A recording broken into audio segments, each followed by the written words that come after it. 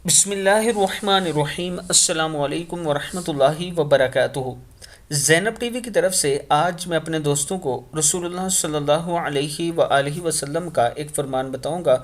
आप दोस्तों ने इस पर ज़रूर अमल करना है। वही होगा जो मंजूर खुदा होगा। नबी अकरम सल्लल्लाहु अलैहि व आलिहि वसल्लम ने इरशाद फरमाया, अपने नफ़े की चीज़ को कोशिश से हासिल करो और अल्लाह से मदद चाहो और हिम्मत मत हारो।